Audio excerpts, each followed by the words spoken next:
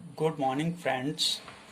आज हम लोग पढ़ेंगे अल्कोहल फिनॉल ईथर चैप्टर का फर्स्ट पार्ट, जिसमें हम लोग अल्कोहल के बारे में जानेंगे।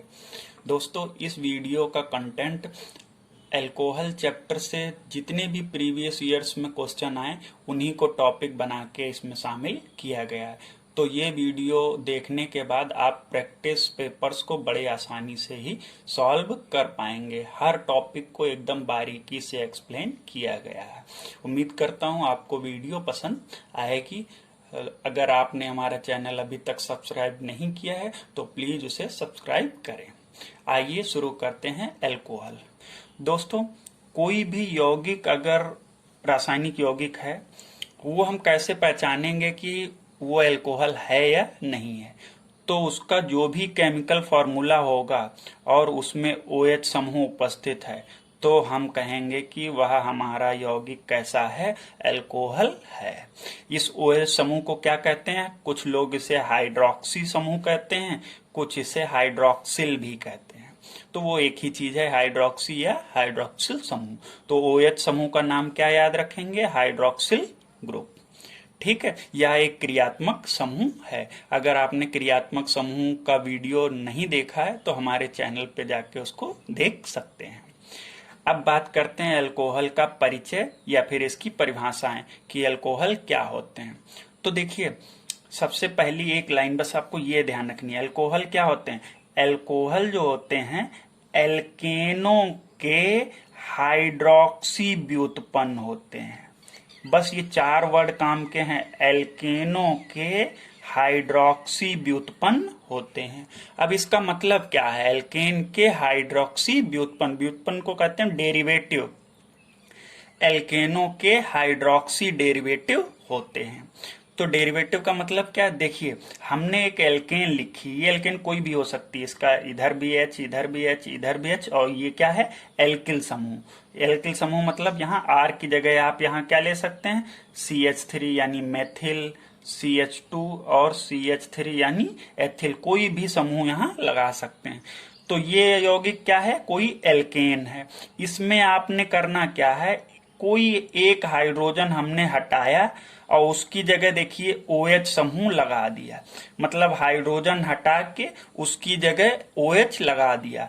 तो इस प्रकार जो हमें यौगिक प्राप्त होगा वो क्या कहलाएगा? अल्कोहल। क्या कहलाएगा? अल्कोहल। तो कोई पूछे अल्कोहल क्या होते हैं, कहना एल्केन में से एक हाइड्रोजन परमाणु निकालकर उसकी जगह OH समूह यानी हाइड्रोक्सी समूह लगा देने पर जो यौगिक प्राप्त होता है उसे अल्कोहल कहते हैं।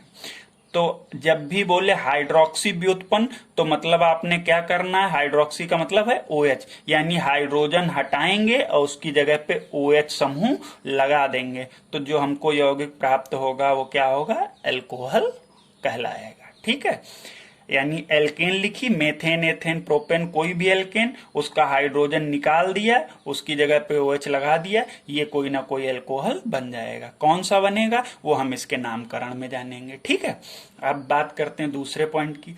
अल्कोहल क्या होते हैं? जल के, जल हमने सबने पढ़ा ना, H2O फॉर्मूला होता है जल का, तो जल के एल्किल व्युत्पन्न होते हैं। अब ध्यान दीजिएगा, यहाँ क्या था? हाइड्रोक्सी व्युत्पन्न। हाइड्रोक्सी व्युत्पन्न था तो हमने OH लगाया था। यहाँ क्या है? एल्किल व्युत्पन्न, मतलब अब की हाइड्रोजन हम निकालेंगे और उसकी जगह क्या लगाएंगे? एल्किल यानी R, जो अभी यहाँ बात कर रहे थे वही लगा देंगे। हाइड्रोजन निकाला, उसकी जगह कोई भी एल्किल समूह लगा देने पर जो यौगिक प्राप्त होगा उसको क्या कहेंगे? अल्कोहल। ठीक है, क्या कह रहे हैं? जैसे भी कोई भी जल का अणु है उसका हाइड्रोजन निकाल के उसमें कोई भी एल्किल समूह लगा देने पर प्राप्त यौगिक को क्या कहते हैं? अल्कोहल। तो हमारे पास अल्कोहल 2 तरीके से परिभाषित कर सकते हैं कि एल्केन लिखा हो उसका हाइड्रोजन लगा के OH लगा दिया जाए, और अगर जल लिखा है तो जल का H निकाल के उसकी जगह एल्किल समूह लगा दिया जाए, तो प्राप्त यौगिक क्या कहलाएगा? अल्कोहल। ठीक, तो हमारी अल्कोहल की परिभाषा पूरी हो गई। कोई पूछे अल्कोहल क्या है तो कहना अल्कोहल ऐसे यौगिक हैं जिनमें OH समूह उपस्थित होता है। तो बोले परिभाषा, तो कहना एल्केन के हाइड्रोक्सी व्युत्पन्न को एल्कोहल कहते हैं। एल्केन के हाइड्रोक्सी व्युत्पन्न, तो बोले हाइड्रोक्सी व्युत्पन्न माने क्या होता है, तो कहना हाइड्रोजन हटाओ, उसकी जगह हाइड्रोक्सी समूह लगाओ। तो कहना हाइड्रोक्सी क्या होता है, तो कहना OH, मतलब करना क्या है, हाइड्रोजन हटाना है, OH लगा देना है, लो एल्कोहल तैयार हो गया। तो कोई पूछे दूसरा तरीका, तो कहना हाँ जल है, जल में बोले यहां भी OH लगाना, नहीं, कहना यहां हाइड्रोजन हटा के उसकी जगह एल्किल लगाओ, तो इसको क्या कहेंगे, एल्किल व्युत्पन्न। ठीक, जल के एल्किल व्युत्पन्न को एल्कोहल कहते हैं।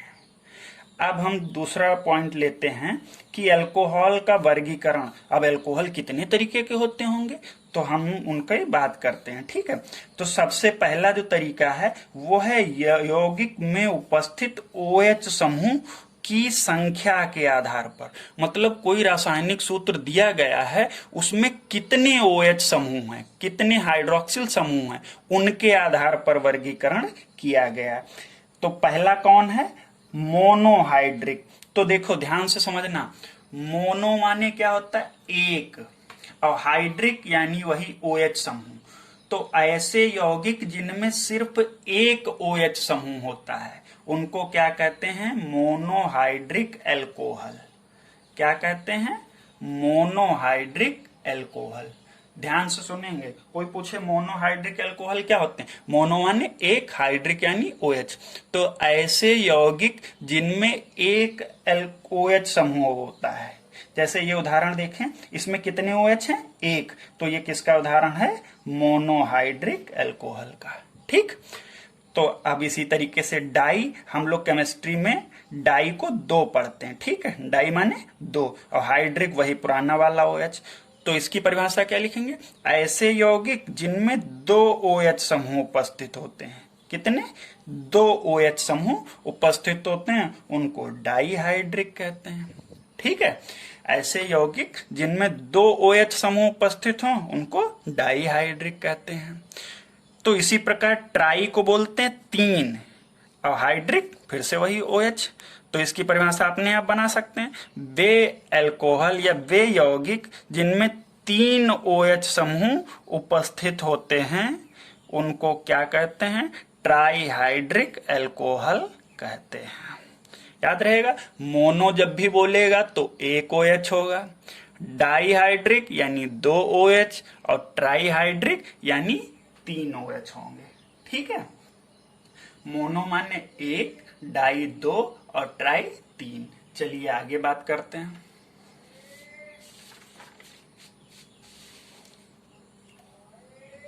अब हम पढ़ेंगे कि जो हमने पहला पढ़ा था मोनोहाइड्रिक एल्कोहल। मोनोहाइड्रिक क्या थे, जिनमें एक OH समूह उपस्थित था, वो कितने प्रकार के होते हैं।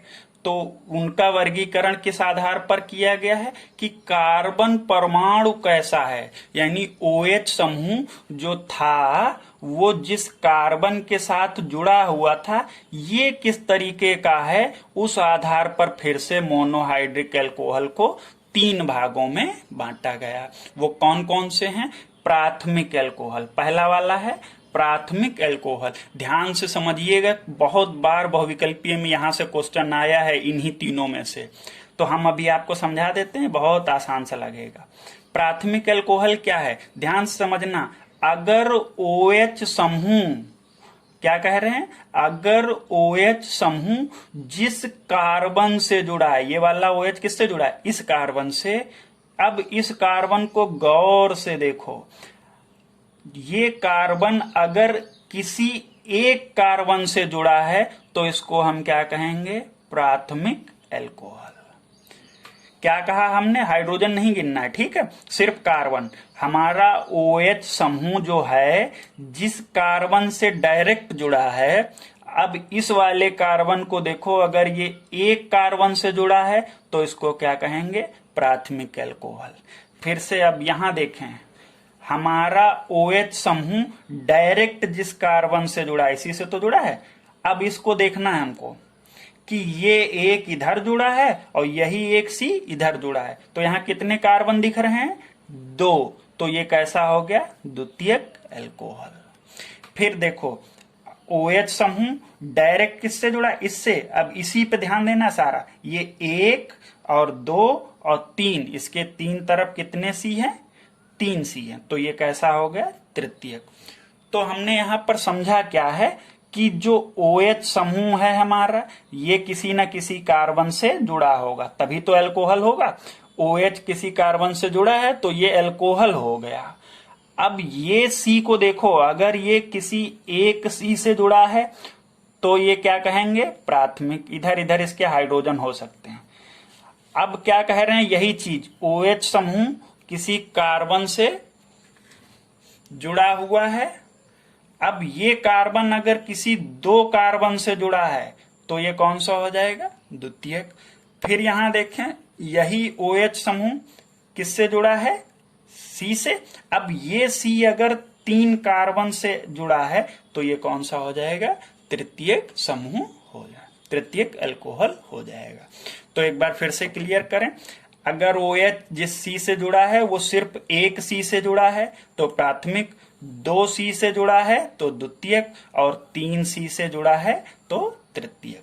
ठीक है, यहां से क्वेश्चन बनता है पेपर में, तो ध्यान से समझेंगे इस टॉपिक को।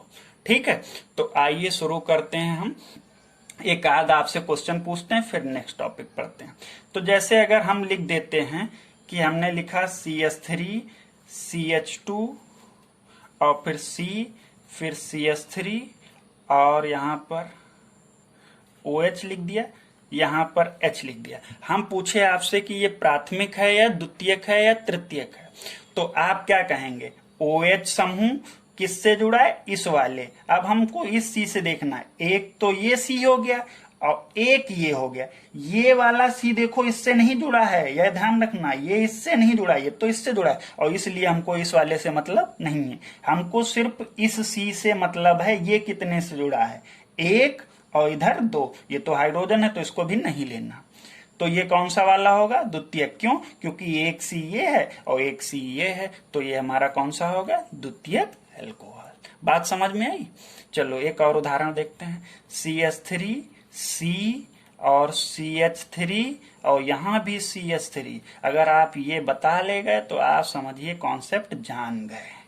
ठीक है, चलो इसको देखते हैं। क्या करना है, OH, ठीक, OH किससे जुड़ा है, इस वाले से। अब इसको देखो, इसके सिर्फ एक ही तो जुड़ा है, ये मत देखो 1 2 3 है, उससे हमको मतलब नहीं। ये C किससे जुड़ा है, सिर्फ इससे, तो ये एक ही है, तो एक है तो ये कौन सा होगा, प्राथमिक अल्कोहल। ठीक है, ये कौन सा है, प्राथमिक, और ये वाला था द्वितीयक। तो अगर OH समूह जिस कार्बन से जुड़ा है वो किसी एक कार्बन से जुड़ा है तो प्राथमिक, अगर 2 से जुड़ा है तो द्वितीयक, और अगर 3 से जुड़ा है तो तृतीयक होगा। ठीक है, ये ध्यान रखेंगे। आइए शुरू करते हैं नेक्स्ट टॉपिक। अब हम पढ़ेंगे कि अल्कोहल का IUPAC नाम कैसे लिखते हैं। तो हमने देखिए एक जनरल स्ट्रक्चर ड्रॉ किया है। सबसे आगे साइड चेन रहेगी, बीच में एल्केन रहेगी, जितने कार्बन का होगा, जिससे एल्केन से ही तो हमने बनाए हैं अल्कोहल, वो एल्केन का नाम लिखेंगे और लास्ट में ऑल लगा देंगे। और हमेशा लिखना पीछे से शुरू करेंगे, हम अभी बता रहे हैं। जैसे कि हमको उदाहरण ये दिया गया है, ठीक है, ध्यान से देखें इसको। इसमें OH हमको दिखा, सबसे पहला काम हमने क्या किया, पीछे ऑल लिख दिया। ठीक है, OH का मतलब क्या लिखेंगे, ऑल, ये चीज ध्यान रखेंगे। OH का IUPAC नाम क्या लगाएंगे, ऑल। ठीक, ऑल लिख दिया, फिर थोड़ी जगह छोड़ दी, नंबर अभी नहीं लिखना, अभी बता रहे हैं। OH का नाम ऑल लिख दिया, थोड़ी जगह छोड़ के अब यहां आते हैं, कार्बन संख्या की वाली एल्केन। तो बोलो यहां 2 कार्बन है, तो 2 कार्बन की एल्केन कौन सी होती, एक के लिए मेथेन और 2 कार्बन की एल्केन एथेन, तो हमने क्या लिख दिया, एथेन। ठीक, अब इसमें साइड चेन है ही नहीं तो हमने उसको छोड़ दिया, तो एथेन ऑल। तो कुछ लोग जोड़ के लिखते हैं एथेनॉल, वैसे मत लिखिए, बताएंगे अभी क्यों। तो ये क्या रहा, एथेनॉल। अब हम कहते हैं ना कि OH समूह कहां पे लगाना है, तो हम देखते हैं कार्बन की गिनती करते हैं, जिधर से OH पास पड़ जाए, तो 1 नंबर और 2 नंबर। तो देखो OH किस नंबर पे जुड़ा है, 1 नंबर वाले कार्बन से, तो हमने यहां लिख दिया 1, तो एथेन 1 ऑल। ठीक, तो इसको कुछ लोग ऐसे भी लिखते हैं एथेनॉल, और फिर लास्ट में 1 लिखते हैं। हमारे हिसाब से वो नहीं, क्योंकि ज्यादातर बुक्स में ये लिखा और ये बेस्ट है। अभी देखिएगा और उदाहरण, जैसे यहां बात करते हैं तो बोलो यहां OH दिखा, OH दिखा तो हम क्या ऑल लिख देंगे। ठीक, अब बात करते हैं कार्बन की श्रृंखला, कहीं किनारे से ही शुरू करेंगे। 1 2 3, सही, कितने हैं 1 2 3, चाहे इधर से शुरू करो 1 2 3। ठीक, तो 3 मिल रहे हैं, 3 कार्बन के लिए क्या लिखते थे प्रोपेन, 3 कार्बन की एल्केन कौन सी होती मेथेन एथेन प्रोपेन, 3 नंबर पे प्रोपेन। अब बोलो OH समूह किस नंबर से जुड़ा है, दूसरे नंबर से, तो हमने यहां 2 लिख दिया। ठीक, वेरी गुड। आइए इस उदाहरण को देखते हैं। फिर से हमको दिखा क्या OH, तो OH दिखा, हमने ऑल लिख दिया। अब क्या करेंगे, कार्बन की श्रृंखला चेक करेंगे।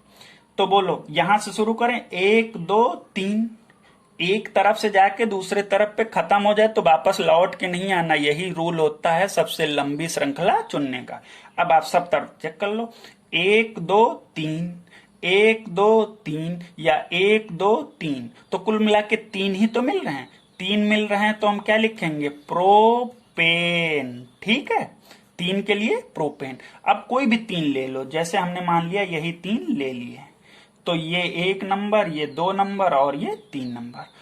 अब देखो इसका छूट गया ना, यही तो थी साइड चेन, जो बच जाए वो क्या साइड चेन। साइड चेन का नाम सबसे आगे, ये क्या है एक एल्किल समूह है, और CH3 का नाम होता है मेथिल। ये अगर आपने हमारी एल्किल समूह की वीडियो नहीं देखी तो हमारे चैनल पे जाके एल्किल समूह की वीडियो देख सकते हैं। ठीक है, उसमें हमने अच्छे से समझाया है। तो CH3 को क्या कहते हैं मेथिल, आगे लिख दिया, 3 कार्बन के लिए प्रोपेन यहां लिख दिया और ऑल यहां लिख दिया। ठीक है, अब बात आती नंबरिंग की, तो OH समूह बोलो किससे जुड़ा है 2 नंबर से, तो यहां 2 लिख दिया हमने। ठीक, और मेथिल भी किससे जुड़ा है 2 नंबर से, तो इसका UPSC नाम क्या बना 2 मेथिल प्रोपेन 2 ऑल। उम्मीद करते हैं ये आपको समझ आया होगा। ऐसे अगर एक उदाहरण और लिखना चाहें तो देखें, CH3